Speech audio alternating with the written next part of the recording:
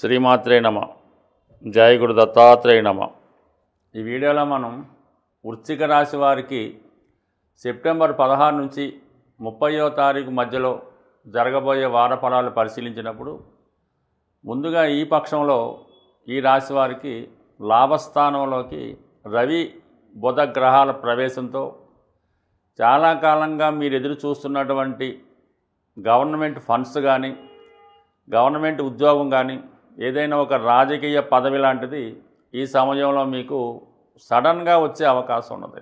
ఎందుకంటే ఇక్కడ బుధుడు మీకు అష్టమాధిపతిగా లాభస్థానంలో తన యొక్క ఉచ్చక్షేత్రంలోకి రావడం వలన కంపల్సరీగా మీరు అనుకున్న దానికన్నా అధికమైనటువంటి లాభం రావడం జరుగుతుంది. గతంలో మీకు దాచుకున్న ధనం కానీ ఎవరికైనా రుణంగా ఇచ్చిన ధనం కానీ అంటే మీ బంధువులు వారసత్వంగా మీ మదర్ తరపు నుంచి ఏదైనా రావలసి ఉన్నా ఈ సమయంలో మీకు అది రావడం జరుగుతుంది. దాంతోపాటు దశమాధిపతిగా ఉన్నటువంటి రవి కూడా లాభస్థానంలోకి వచ్చినప్పుడు ప్రభుత్వ పథకాలు కానీ ప్రభుత్వ పదవి కానీ మీకు రావడం జరుగుతూ ఉంటుంది. అలాగే ఏదన్నా ఒక రాజకీయ నాయకుడి సహకారంతో కానీ పెద్దవారి సహకారంతో కానీ మీకు రావాల్సినటువంటిది ఏదైనా బెనిఫిట్స్ ఏవైనా ఉంటే అవి ఖచ్చితంగా రావడం జరుగుతుంటుంది. అదనంగా మీ యొక్క ఆదాయం కూడా పెరుగుతూ ఉంటుంది. అది వ్యక్తిగత టాలెంట్ వల్ల అయితేనే, స్థిరాస్తుల విలువ పెరగడం వల్ల అయితేనే, ఎవరైనా మీకు ఆర్థికంగా కొంత సపోర్ట్ ఇవ్వడం వల్ల కంపల్సరీగా ప్రస్తుతం ఉన్న ఆదాయంతో పాటు అదనపు ఆదాయం కూడా లభించే అవకాశం ఉంది. ఎస్పెషల్లీ విద్యార్థులకి ఇది చాలా మంచి అవకాశాన్ని ఇవ్వడం జరుగుతూ ఉంటుంది. వారి యొక్క చదువుకి కావాల్సినటువంటి ధనం సమకూరడం జరుగుతూ ఉంటుంది. అలాగే నిరుద్యోగులకి కంపల్సరీగా వాళ్ళ యొక్క ఉద్యోగ అవకాశాలు ఉపాధి అవకాశాలు పెరుగుతాయి. కాబట్టి వారు ప్రయత్నం చేస్తే ఏదో ఒక ఉద్యోగం కంపల్సరీగా మీకు రావడం జరుగుతూ ఉంటుంది.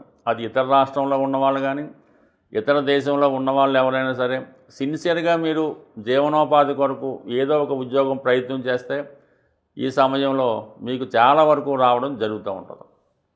ఇంకా వ్యయస్థానంలో కుజగ్రహ సంచారం వల్ల కొన్ని బాధ్యతలు తప్పనిసరిగా నిర్వహించవలసి ఉంటుంది. ఎవరినన్నా చదివించడం కానీ వివాహానికి సహకారం చేయడం కానీ మీరే స్వయంగా మీ కుటుంబంలో ఒకరికి వివాహ ప్రయత్నాలు చేసి వారికి దగ్గరుండి ఆ కార్యక్రమాలు చేయడం కానీ జరుగుతూ ఉంటుంది. అలాగే స్థిరాస్తులు భూములు మీద ఉన్నటువంటి రుణాలు తీర్చే ప్రయత్నం చేస్తారు, కొత్తగా కొనే ప్రయత్నం చేస్తారు. మొత్తం మీద ఏంటంటే చాలా వరకు భూముల వలన భూముల కొరకు అన్నదమ్ముల కొరకు రక్త సంబంధికుల కొరకు కంపల్సరీగా ధనాన్ని వ్యయం చేయడం, వారి కొరకు కొంత శ్రద్ధ తీసుకొని వారిని ఒక మంచి మార్గంలో పెట్టే ప్రయత్నం కూడా చేస్తారు. అంటే ఎన్ని చేసినప్పుడు కూడా అది మీకు సరైనటువంటి తృప్తిని ఇవ్వకపోవచ్చు. అందుకని ఏదైనా ఒకరి కొరకు ధనాన్ని ఖర్చు పెట్టాలన్నా, వారికి ధనం అప్పుగా ఇవ్వాలన్నా, వారికి ఏదో ఉపాధి కోసం కొంత మనీ ఇద్దాం అనుకున్నప్పుడు చాలా వరకు ఆలోచించి నిర్ణయం తీసుకోవాల్సి ఉంటుంది. ఎందుకంటే మీరు ఇచ్చిన ధనం వాళ్ళు సరిగ్గా సక్రమంగా ఉపయోగించుకోకుండా వేరే మార్గాలకి వేస్ట్ చేయడం జరుగుతుంటుంది. కాబట్టి సాధ్యమైనంత వరకు ఏదైనా ఒక బాధ్యత ఉన్నప్పుడు దాన్ని మీరు తీర్చుకునే ప్రయత్నంలో చాలా వరకు జాగ్రత్తగా ఆలోచించి నిర్ణయం తీసుకోండి. ఈ ధనం ఇచ్చినంత మాత్రాన మీ బాధ్యత వెళ్ళిపోతుందన్న మాత్రం అనుకోవద్దు. దాని తర్వాత కూడా ఆ రెస్పాన్సిబిలిటీ మీకు ఉంటుంది. కాబట్టి కొద్దిగా జాగ్రత్తగా వ్యవహరించి వారిని మంచి మార్గంలో పెట్టే ప్రయత్నం కూడా చేయవలసి ఉంటుంది. అయితే శుక్రుడు దశమ స్థానంలోకి రావడం వల్ల చాలా వరకు మీకు ఈ ఉద్యోగంలో మీకు కానీ మీ యొక్క భార్య ఇదంటే మీరు స్త్రీ అంటే మీ భర్త గారికి కంపల్సరీగా ఉద్యోగంలో మంచి మార్పు డెవలప్మెంట్ రావడం జరుగుతూ ఉంటుంది. అలాగే కొన్ని సౌకర్యాలు కూడా మీకు ఉద్యోగంలో కల్పించే అవకాశం ఉంది. అంటే మీరు ఏదైనా పై స్థాయిలో ఉంటే మీకు ఒక వాహన యోగం, ఒక గృహాన్ని అలాట్ చేయడం, కొన్ని అదనపు సౌకర్యాలు మీకు కలిగించే అవకాశం ఉంది. ఎస్పెషల్లీ ఈ వృశ్చిక రాశిలో మీరు ఒక సినిమా రంగంలో ఉన్న, రాజకీయ రంగంలో ఉన్న, లేదు ఒక రియల్ ఎస్టేట్ సంబంధించిన వృత్తిలో ఉన్న చాలా వరకు మీకు దాని నుంచి సరైనటువంటి గుర్తింపు ప్రోత్సాహం రావడం జరుగుతూ ఉంది. ఎస్పెషల్లీ ధనస్థానం మీకు ఈ ధనస్థానాన్ని ఇంచుమించుగా మరి గురుగ్రహ వీక్షణ వల్ల చాలా వరకు కుటుంబ సభ్యుల సహకారంతో కానీ మీ పిల్లల సహకారంతో కానీ అంటే మీ పూర్వపుణ్యం వల్ల మీ యొక్క టాలెంట్ వల్ల ఏదైనా రాయల్టీ రూపంలో కానీ ఏదైనా గిఫ్ట్ మనీ కానీ ఈ సమయంలో మీకు రావడం జరుగుతూ ఉంటుంది. లేదంటే మీకు అత్తవారి ద్వారా ఏదైనా ఆస్తి కలిసి రావడమో వాళ్ళు మీకు ఏమైనా గిఫ్ట్గా ఇవ్వడమో జరుగుతూ ఉంటుంది. ఏదైనా ఒక స్త్రీధనం, స్త్రీలకైతే పుట్టింటి ధనం వచ్చే అవకాశం ఉన్నది. అలాగే శుక్రుడు కూడా ఇంచుమించుగా కోణ దృష్టితో ధనస్థానాన్ని వీక్షించడం వల్ల అంటే మీలో ఏదైనా టాలెంట్ ఉంటే దానికి సంబంధించినటువంటి ద్వారా మీకు ఆదాయం వచ్చే అవకాశం ఉంది. మీకు కాకపోతే మీ కుటుంబంలో ఎవరికైనా ఇటువంటి అవకాశం రావడం జరుగుతూ ఉంటుంది.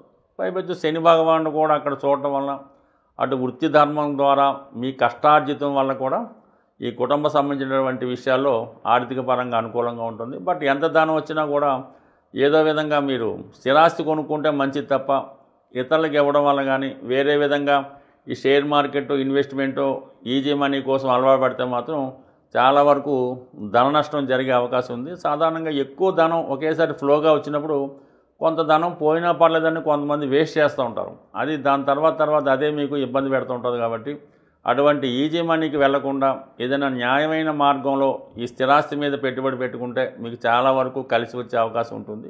ఏదైనా జ్యోతిష శాస్త్ర ప్రకారం ముఖ్యమైనటువంటి ఉద్యోగం, పెళ్ళి, సంతానం ఇటువంటివి మనకి ఆలస్యం అవుతున్నప్పుడు కంపల్సరిగా దానికి సంబంధించినటువంటి గ్రహాలకి పరిహారం చేసుకోవాల్సి ఉంటుంది.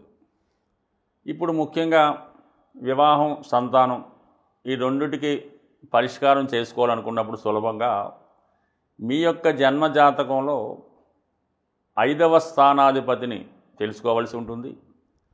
ఈ 5వ స్థానాధిపతి అంటేనే మన పూర్వపుణ్యాన్ని ఈ జన్మలో అనుభవించడానికి చేస్తూ ఉంటాడు అన్నమాట.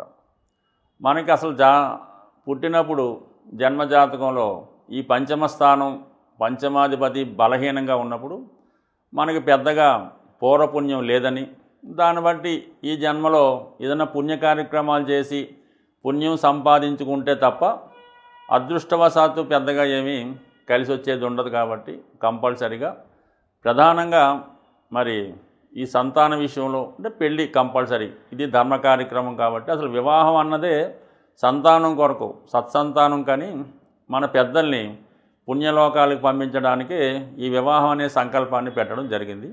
ఈ వివాహం జరగకపోయినా, వివాహం అయి పిల్లలు కలగకపోయినా మరి మీ జాతకంలో పూర్వపుణ్య స్థానాధిపతి తీసుకొని ఆ పూర్వపుణ్య స్థానాధిపతి ఏ పాపగ్రహంతో కలిసి ఉన్నాడా, లేదంటే ఏదన్నా ఇంకొక శుభగ్రహంతో కలిసి ఉన్నాడా అన్నది తెలుసుకొని ఆ కలిసి ఉన్నటువంటి పాపగ్రహానికి మనం కంపల్సరిగా పరిహారం చేసుకుంటూ మన పూర్వపుణ్య స్థానానికి సంబంధించినటువంటి గ్రహానికి కూడా పరిహారం చేసుకోవాల్సి ఉంటుంది. అంటే పూర్వపుణ్య స్థానాధిపతి, పంచమాధిపతి బలం చెందాలంటే దానం రూపంలో దాన్ని ఇంప్రూవ్ చేసుకోవాల్సి ఉంటుంది. అంటే అది భూదానమా, గోదానమా, సువర్ణదానమా ఏదన్నా సరే మీ యొక్క స్థాయిని బట్టి పంచమాధిపతికి దానం రూపంలో బలం చేసుకుంటే పూర్వపుణ్యం జనరేట్ అవుతుంది.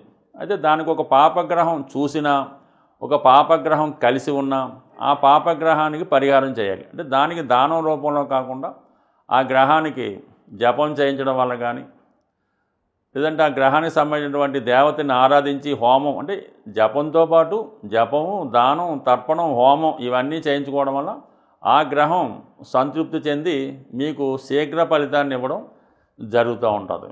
అంటే దీనికి ఇంకా సులువైన టెక్నిక్గా మనం తెలుసుకోవాలనుకుంటే ఏదైనా మనకి ఒక పాపగ్రహ ప్రభావం జలతత్వ రాశిలో పడినప్పుడు అభిషేకం ద్వారా, అగ్నితత్వ రాశుల్లో పడినప్పుడు హోమం ద్వారా ఈ పరిహారం చేసుకోవడం వల్ల మరింత తొందరగా ఆ పరిహారం మనకి లభించే అవకాశం ఉంది. అయితే నేను చెప్పినటువంటి ఈ రెమెడీ కొద్దిగా జ్యోతిష శాస్త్ర పరిజ్ఞానం ఉన్న వాళ్ళకి అర్థమవుతుంది. ఇక సాధారణ వాళ్ళ యొక్క జ్యోతిష్కుని చూపించుకొని తగు విధంగా ఈ పరిహారం చేసుకోవడం వల్ల ఒకవేళ జరగకపోయినా ఏం లేదు, మీరు ఏదన్నా పంచమ స్థానాధిపతి, పంచమ స్థానం ఈ పూర్వపుణ్యాన్ని ఇంప్రూవ్ చేసుకుంటే అటు స్త్రీలకు సౌభాగ్యయోగం, మగవారికి అదృష్టయోగం అన్నీ కూడా సమకూరుతూ ఉంటాయి. దానివల్ల ఏంటంటే సరైనటువంటి జ్యోతిష్కుడి వద్ద జాతకాన్ని చూపించుకొని దానం రూపంలోనే ఈ పంచమాధిపతిని ఇంప్రూవ్ చేసుకుంటే మీ యొక్క పూర్వపుణ్యం జనరేట్ అయ్యి ఈ జన్మలో జరగవలసినటువంటి ముఖ్యమైన కార్యక్రమాలు జరిగే అవకాశం ఉంది. స్వస్తి.